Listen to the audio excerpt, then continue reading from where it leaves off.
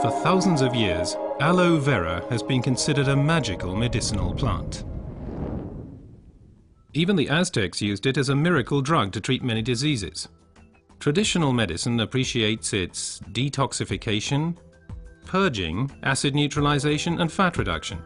According to modern research, it has a positive effect on blood sugar levels and blood lipid concentration, including cholesterol levels.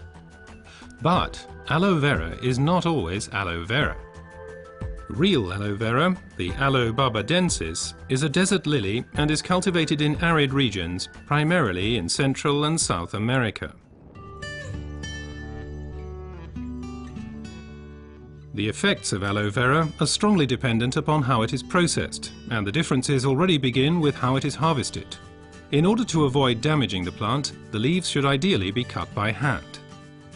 As the outer skin of the leaf contains poisonous aloin, a substance that protects the plant from animals and has a laxative effect on humans, the skin must be carefully separated from the inner leaf gel. This leaf gel is the most valuable part of the aloe vera plant. The gel has been proven to contain over 150 vital substances, such as vitamins, enzymes, polysaccharides, and trace elements. It's this unique combination of ingredients and the way in which they interact with each other that results in the healing effect. One of the most important plant substances is asimanan, which has a positive effect on the immune system and can also reduce inflammations and free radicals. The result, the oxygen supply improves. Let's take a closer look at this fact. Blood is supplied with oxygen in the lungs and then transports it via the blood vessels into the cells. The large blood vessels branch out, becoming smaller and smaller, until they turn into tiny capillaries. Capillaries, by the way, are the smallest blood vessels. This is where the oxygen passes over from the blood vessels into the cells.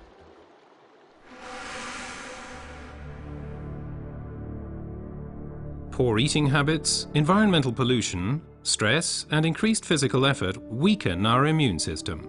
Free radicals have an easier time of things and can cause microinflammations throughout the body. These inflammations can damage blood vessels and result in a thickening of the fine capillary walls. This swelling constricts the flow of blood, slowing down the blood cells on their way through the capillaries, which, as a result, impedes the oxygen supply. And it's here that the aloe vera acts.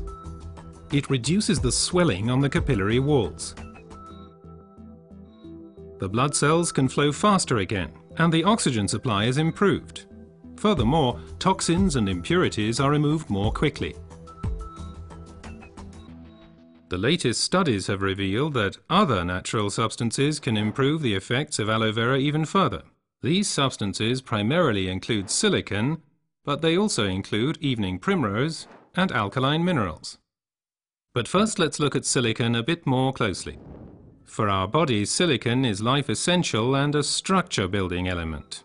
We already know it as quartz sand, as it occurs in stones and cement.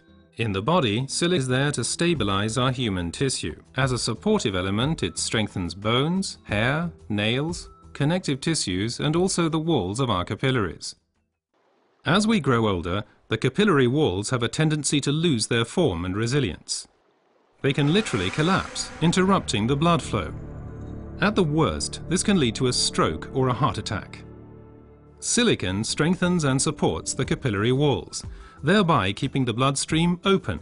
As a result, the erythrocytes can now supply the cells with oxygen more efficiently. Silicon in its original form as quartz sand cannot be absorbed at all by the human body. Alternatives can, however, be found in nature.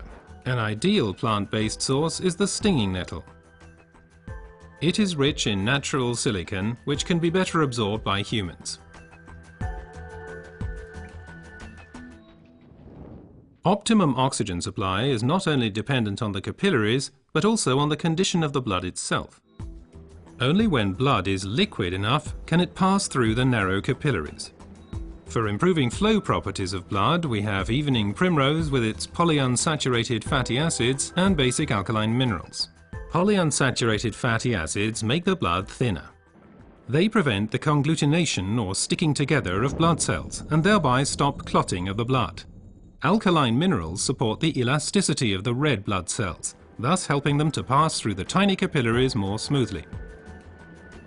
Both help to increase the blood's rate of flow and thus contribute to maintaining an optimum oxygen supply. So let's review the main points again. The supply of oxygen to our cells is a vital prerequisite for our overall health and also helps to safeguard us against serious illnesses. Aloe vera, with its decongestant effect, improves the oxygen supply.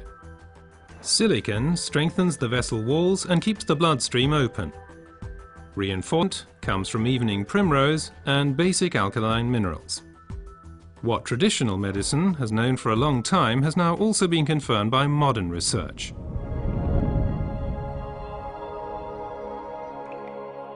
Aloe vera improves your oxygen supply and therefore your general health. Because oxygen means life. Place your trust in Aloe vera.